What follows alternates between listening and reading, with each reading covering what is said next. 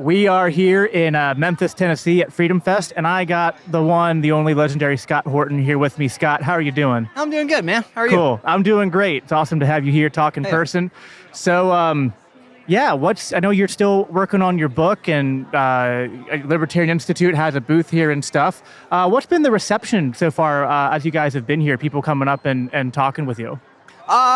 Pretty good. I met some old friends and some new friends, and I've got Kyle, Connor, and Keith from the Institute here with me as well. And, of course, they're making a great impression on everyone, especially Keith, going around, has a gigantic smile and lots to say, is making lots of friends. And great success so far. I love this place. It's great to have this many good libertarians in one place like this. Yeah, this is my first Freedom Fest, and it's really cool to be a part of something like this. So, Scott, maybe catch us up a little bit. Where do you think we are right now? The liberty movement and the anti-war movement in terms of are we making a dent in the public consciousness concerning what's going on in Russia and Ukraine? I mean, there's been a lot of ongoing developments and false alarms and people, thinking things happened when they didn't and whatnot. Is the American public getting tired of this? Are they getting to the point where they might start putting more pressure on the politicians to cut their support for this? Or what do you think? Well, I think, first of all, on the question of the effect that the libertarian movement has had on the debate, I think it's been really great. And, I think antiwar.com and the Institute can take quite a bit of credit for that. Dave DeCamp at antiwar.com, first and foremost, but also, Connor and Keith, Connor and Kyle Anzalone and Will Porter at the Institute are just, among the best on this day in and day out. And so, and in social media and all that. And I think if you listen closely to critics on the policy, you can hear a lot of antiwar.com and Libertarian Institute type rhetoric in there, and you'll notice it a lot. As far as like public opinion overall, I don't really keep that close of attention on the polls. I see headlines that say that support for Ukraine is growing, and then also that it's decreasing, within a week of each other or whatever. So right. All depends on who you ask and how you ask it and all of that. But I think, Douglas McGregor says time wins more arguments than reason. So, I regret to say that antiwar.com did not win the argument over all of the Middle East wars, but time proved that we were right all along and that they should have been listening to us all along. And so there's a lesson in there for a lot of people, I think. And really, how likely is it that our government is responsible for causing so many foreign policy crises around the world? But definitely not this time, though. This thing, it was unprovoked, I tells you, unprovoked. And they say, like in the New York Times, well, because this is so different. This is America taking the side of the insurgents against the powerful government invading the country. That makes this a redemption for all of the counterinsurgency that we waged as the powerful invading country trying to put down the insurgents. That's Bret Stephens in the New York Times wrote that. And that's, essentially their way of looking at it in D.C. But I think out here in the country, people just know better than to think that the Ukraine, which, be honest, they all thought was part of Russia anyway, right? Isn't that the Ukraine? Isn't that like a region, like the Midwest, And so... And it is true, and I'm not saying that we are at a very high risk of nuclear war, but I think it goes without saying. It's just absolutely true that we are at a much higher risk of nuclear war than we've been probably since the Cuban Missile Crisis or, 1983 with the brinksmanship and the Able Archer exercise and all of that. Worse than that, certainly, maybe as bad as 62. And for what? Over who controls the Donbass, which belonged to Russia since 1783 anyway, with a little bit of time off because the commies said so. I mean, what in the world are we even doing? Hopefully, see, the problem is too, right? You got ever since, especially, Obama times, but even really since the Democrats won the House and the Senate in 2006. You got the Democrats or the war party.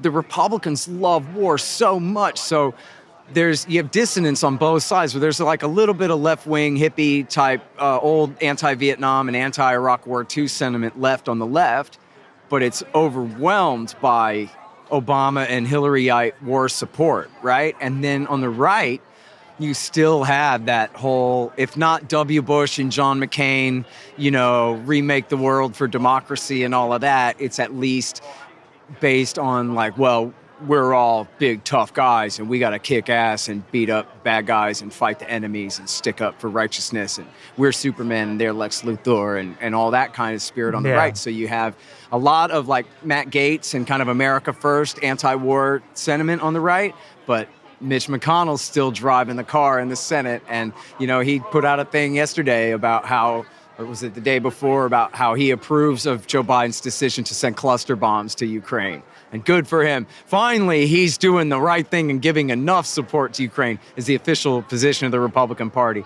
So, as always, the left and the right and the parties, the Republican and Democrat parties, are divided on virtually every issue within themselves, and they're half good and half bad on everything. Yeah. And so we end up getting the worst of everything. They compromise and agree on all the worst, and all the good stuff goes to the side. So you'll never have it where like the Ron Pauls and the Dennis Kuciniches have their way, at least so far. Right. It's always the war party instead. Well, and it's like, to use, we love using analogies and stuff, and there's like from the Dark Knight trilogy, the hero you need and the hero you deserve. Right. And it's like, the hero we always need is Ron Paul, right? But the one, I don't know if which we deserve it, but the ones that we're seemingly getting, or that some people, libertarians and also just anti-war dissidents on the right and left, are clinging to, you have people like Robert Kennedy on the left, and then you have people like Donald Trump on the right, who seem to, at least, on the surface in some of their rhetoric, espouse, anti-war positions and seem to have decent takes on the war in Ukraine, which is something that I think I can take silver linings from that and be encouraged. But then, what are your thoughts on that? Like, is there a potential danger if the anti-war movement or libertarians get too hitched to either one of those wagons, because they might talk good talk, but I mean, one, I don't think Robert Kennedy has a chance in hell of winning. Yeah. But Trump maybe. But either one of them, if they were in power, are they really principled anti-war people that would cause any meaningful change in that regard?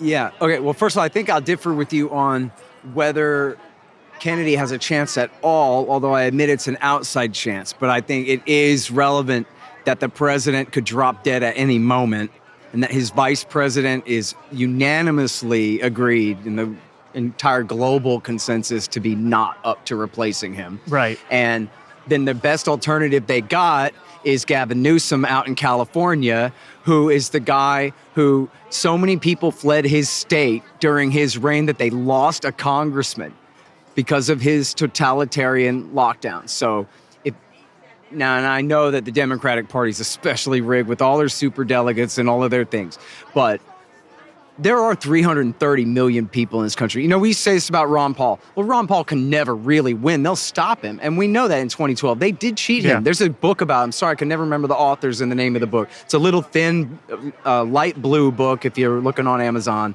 about how they stole 2012 from Ron in the primaries. And that's true.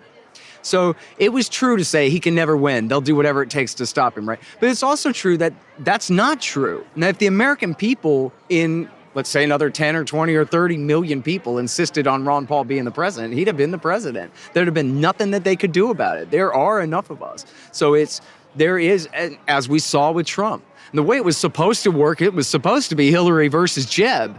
And Donald Trump went in there with the football stiff arm and just bulldozed them all over and took the spot. He won and became the president, unbelievably. But it goes to show that, the last bit of the form of the Constitution that we have left, where we have these regular elections, that it comes down to one man, one vote. People can argue about whether they rig it, within the margins. But again, if Donald Trump had won by 10 or 20 or 30 million, they couldn't have stolen that, could they? Right? So the possibility, it truly is there. But anyway, on the question of libertarians supporting him, what's important is,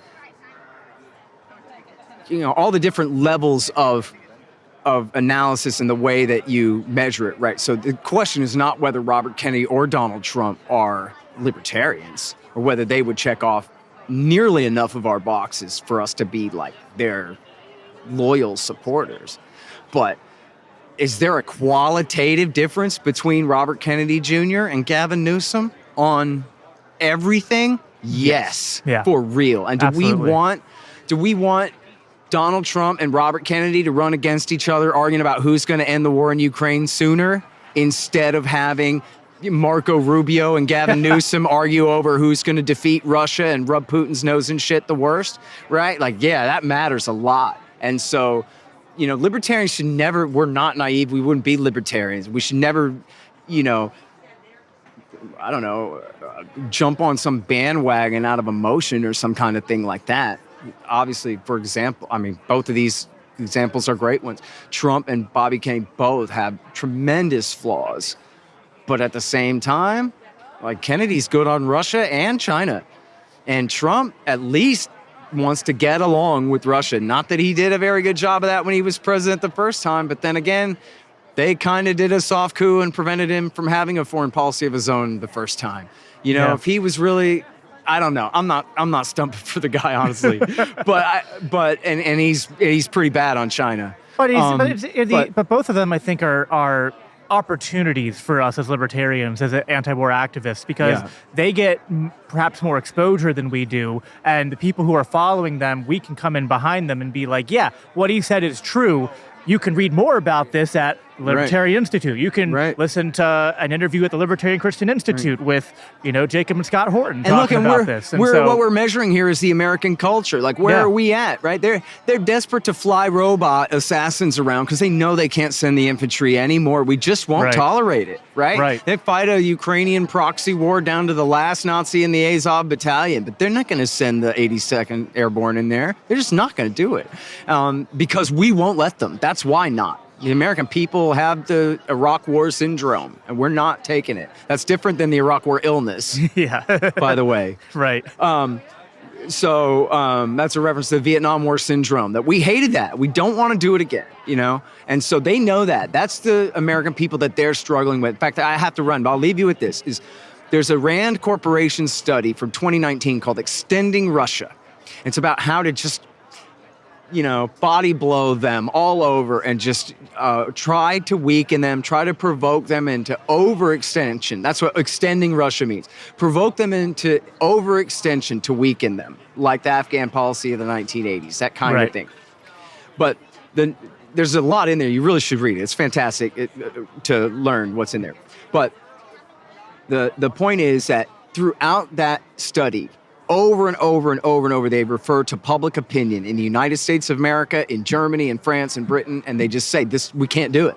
Well, we would like to do this, but then again, the people of Germany are decided on this and will not stand for it. And we'd like to do this, but we have to consider that polls say that in America, there's really not support for that. And I guess what I would say to you is that you would be pleasantly surprised how much the eggheads at the Rand Corporation think it matters what we think about what they're doing to the Russians, or to anyone else out there in foreign policy land. That ultimately it is our country. As Ron Paul says, even in the Soviet Union, at the end of the day, the people get the government that they deserve and demand. And that goes the same for us too. Yeah. Scott, thank you so much for stopping with us again. Thank you for having me. We're Libertarian Christian Institute. This is the great Scott Horton. Make sure you check out the Libertarian Institute, and your book will be out sometime in the near future, I hope, right? Provoked. Keep your eye out for it. All right. Thanks, Scott. Take care. Thank you, man. Appreciate it.